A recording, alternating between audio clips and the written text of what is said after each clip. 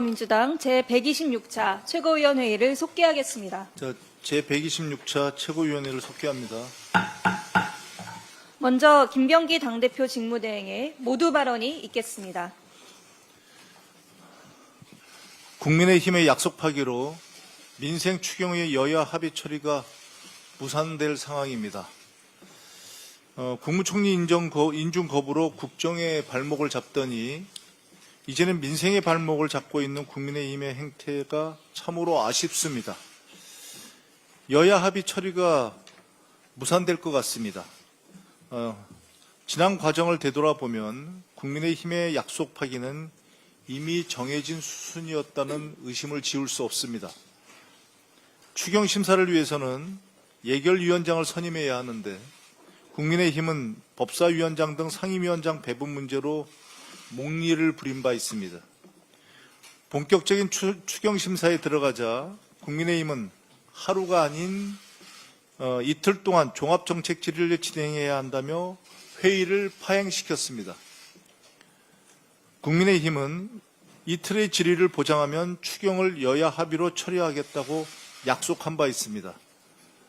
민주당은 대승적견지에서 질의 일정을 하루에서 이틀로 늘려주었습니다.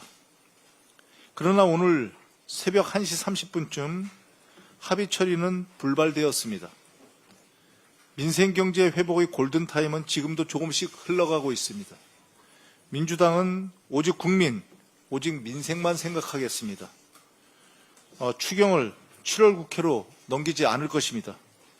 오늘 본회의에서 민생경제 회복의 마중물이 될 추경을 통과시키겠습니다. 오후 본회의까지는 아직 시간이 좀 남아 있습니다. 이제라도 국민의힘의 각성과 결단을 마지막으로 촉구합니다. 외환죄 혐의가 드러나고 있는 윤석열을 당장 재구속해야 합니다. 윤석열의 지시로 인해 10월과 11월 평양에 무인기를 침투시켰다는 내용이 담긴 군 장교의 녹취록이 나왔습니다.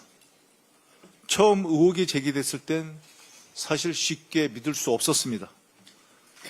외환죄는 국민에 대한 배신이자 국가에 대한 반역입니다. 만약 북한이 군사적으로 대응했다면 남북 간의 무력 충돌이 일어났을 것이고 대규모 재앙이 발생했을 것입니다. 그 피해는 말로 다 표현할 수 없습니다.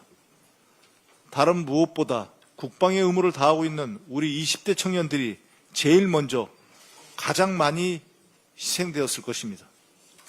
더 이상 무슨 이유가 필요합니까? 내란 속의 윤석열을 당장 재구속하십시오. 윤석열은 자신의 사익을 위해 군 통수권을 남용해서 국민의 생명을 위협하고 국가의 안위를 위태롭게 한 자입니다. 외환죄 혐의만으로도 재구속 사유는 충분합니다. 내란 특검의 단호한 조치를 강력하게 촉구합니다. 이재명 정부는 역시 일하는 정부입니다. 어제 이재명 대통령님의 취임 30일 기자회견이 있었습니다. 이재명 정부는 유능한 대통령과 일하는 정부의 모습이 어떤 것인지 한 달 만에 국민들께 보여드렸습니다. 이재명 대통령님은 취임 직후 G7 정상회의에 참석해서 정상회교를 복원하고 무너진 국격을 회복시켰습니다. 여야 대표 초청 오찬, 추경 시정연설, K문화 주역과의 대화, 광주 전남 타운홀 미팅, 기업인 간담회 등 격이 없는 소통으로 정치를 복원하고 준비된 행정가의 면모를 유감없이 보여주고 있습니다. 1호 행정명령인 비상경제 대응 TF, 민생 추경, 울산 AI 데이터 출범 시 코스피 지수 5000시대 비전, 해양수산부 연내 부산 이전 지시, 그런 지시 등 민생경제 회복과 성장 동력 확보를 위한 청사진을 제시했습니다. AI 혁신 전문가, 현장 노동자, 검증된 정치인 등 능력과 실용, 국민통합의 내각을 구성해 가고 있습니다. 국익 중심의 실용 외교를 실현할 안정감과 균형감 갖춘 외교 진영도 구축했습니다. 시작이 반이라고 합니다.